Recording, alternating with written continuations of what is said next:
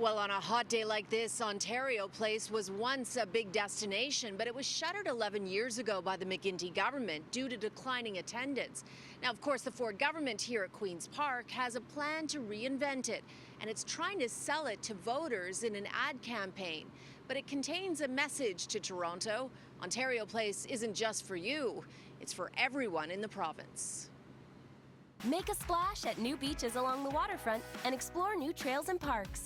Get ready, there's more fun to come for everyone at Ontario Place. Notice the emphasis on everyone. It is a direct communication to Toronto. It's not new messaging. The Premier bluntly said the same thing the day he unveiled the vision for Ontario Place back in April.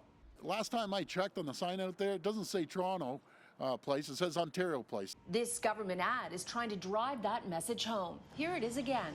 There's more fun to come for everyone at Ontario Place.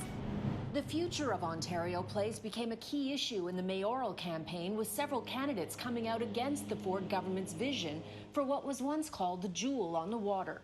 It includes a new and improved stage and marina with restaurants and cafes along a boardwalk.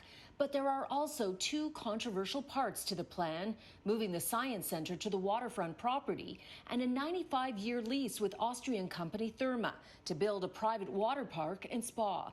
Olivia Chow made it clear she's not happy with that in her victory speech the night she was elected. Keeping Ontario Place public. The Premier had a familiar response for the mayor-elect the next morning that echoed the radio ad. This is a provincial site. We're going to do what's right for the province. The government has promised that when Ontario Place is complete, 6 million people will visit it a year. Therma confirms its new spa will not include hotel rooms, but it expects repeat customers. Part of its spa will include a family-friendly water park. Another section will have a therapeutic experience. It says there is nothing similar in Canada.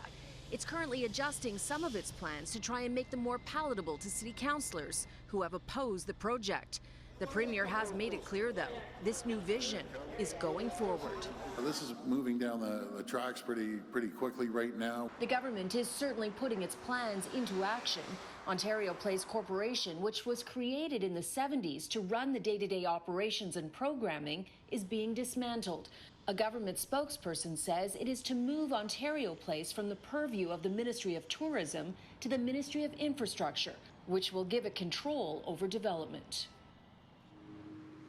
Now, one question many are asking: can the province do whatever it wants to Ontario Place? Part of the land, though, is owned by the city. The official response from the Ford government here is that they are, quote, working with the city. The reality is the province has control over municipalities. Remember how it downsized Toronto City Council in the middle of the election? Well, in other words, it can do whatever it wants.